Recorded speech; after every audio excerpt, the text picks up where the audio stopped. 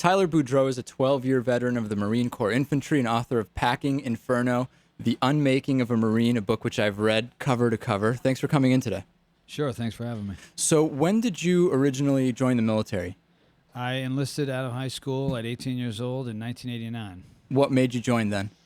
I joined for kind of a collection of the usual reasons. I wasn't interested in going to college. I wanted some adventure. I was interested in the nobility of serving and the camaraderie and, just like I said, a usual collection of reasons. And of course, at the time there was no war, so that didn't factor into my decision.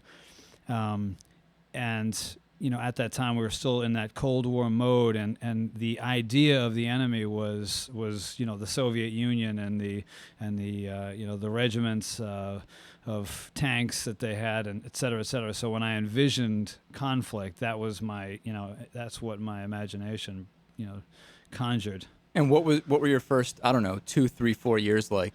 Well, I served in the infantry throughout my time in the Marine Corps, but my first year was 89 and 93, and for the first 2 years I was actually stationed as a guard in New Jersey, which was a disappointing post, just because I was in New Jersey, but also because the Gulf War came along. Right. And as infantry Marines, we all wanted to participate, and this had a completely different flavor than the reputation of the Vietnam War. Had sort of gotten this very unpopular feel for it over the decades. I mean, I wasn't even old enough to know about it when I was little, but the Gulf War was extremely popular, and it seemed like everybody was for it, and I wanted to participate, and I missed out on that, so I was disappointed about that. So skip ahead to 9/11. Yeah.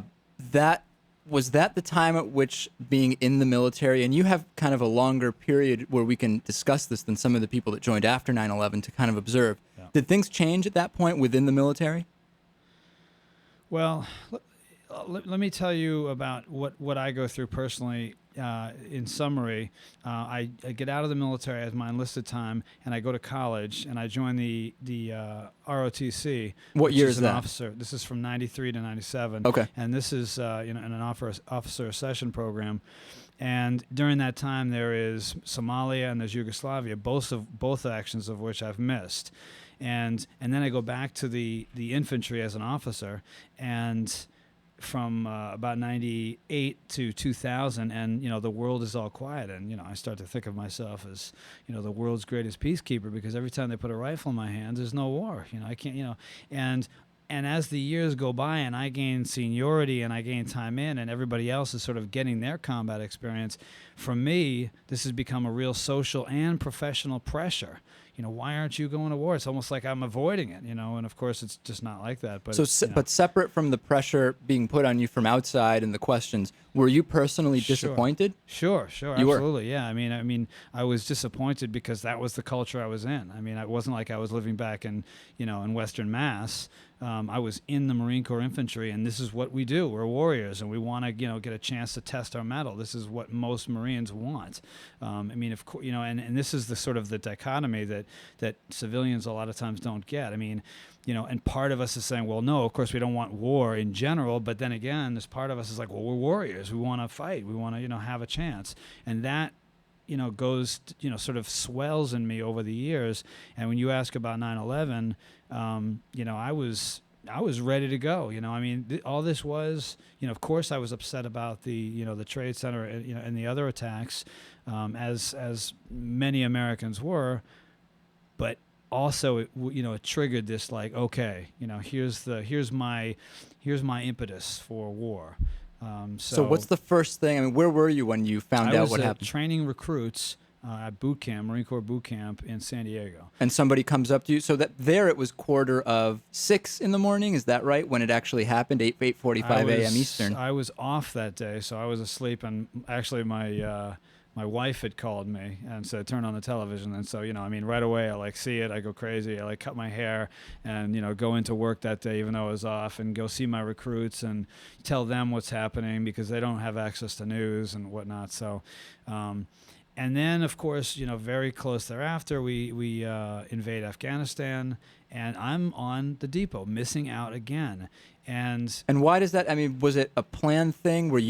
Had you been in long enough where you didn't have to go, or why did it work out that way? That's the way it works. If you're on a post, that's where you are. And if you're on a deployable post, then you deploy. And if you're Gotcha. on a non-deployable post, you don't. It's total chance.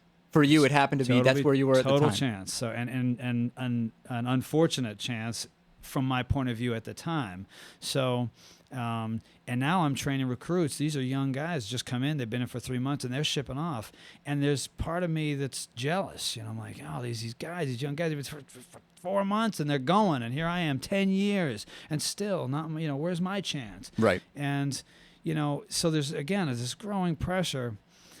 And then Iraq comes along, and we have this what's presented to the public is this idea of preventive invasion and the weapons of mass destruction. And I have to say that at that time, I started to feel a little reluctant. I wasn't completely jazzed with the idea, and it had nothing to do with my political sensibilities because I really didn't have any.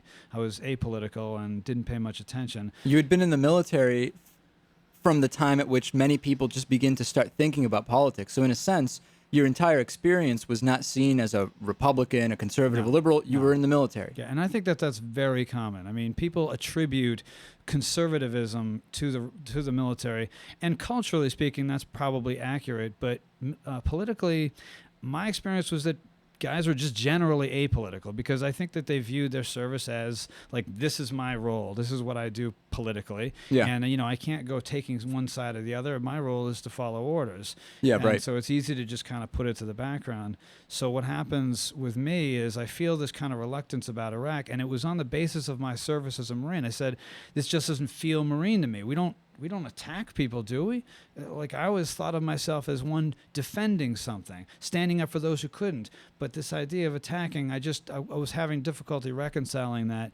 So what happens is, but meanwhile, by the way, I still have this like longing to go. For the action side. That's right. So well, you have let me pick up there for a second. Lewis has a friend who's also a friend of mine who I think he served time in the Marines. Did he go in right after high school as well?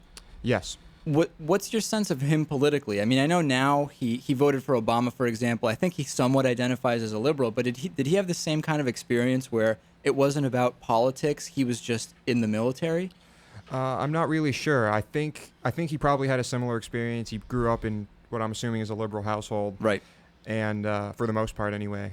And just kind of that was his thing, but I don't think he was ever very political to begin with. So not uncommon.